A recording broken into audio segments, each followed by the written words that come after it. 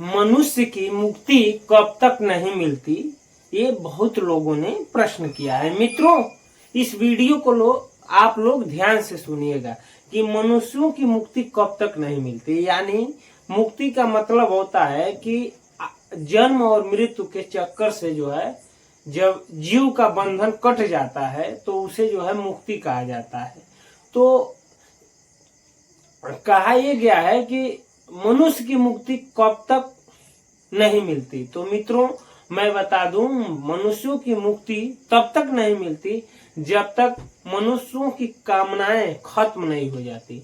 जैसे मान लीजिए कोई व्यक्ति है और मरणासन पे सोया है, यानी अंतिम समय चल रहा है, तो उसके मन में जो है कई ऐसे प्रश्न आते हैं। जैसे मान लीजिए कोई उससे कहा कि मैं अमेरिका गया था, तो अमेरिका गया था तो 100 मंजिल घर थे, वहां जो है ऐसे ऐश्वर्य थे, अमुक अमुक वहां ऐश्वर्य थे, और वह जो है अमेरिका नहीं गया, तो उसकी कामनाएं कहाँ पूर्ण हुई?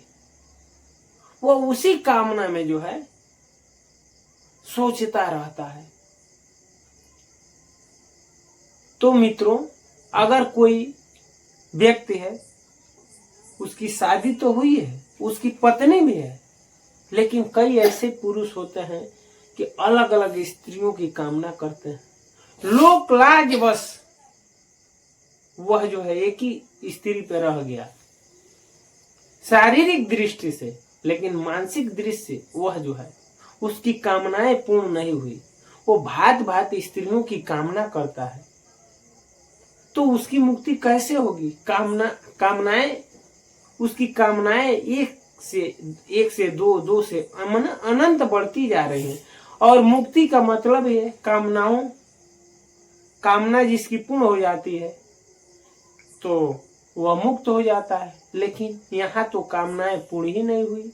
तो मित्रों, आप जो यह प्रश्न किए थे कि मनुष्यों की मुक्ति कब तक नहीं मिलती, तो हमने तो एक शब्द में कह दिया कि जब तक उसकी कामनाएं पूर्ण न हो।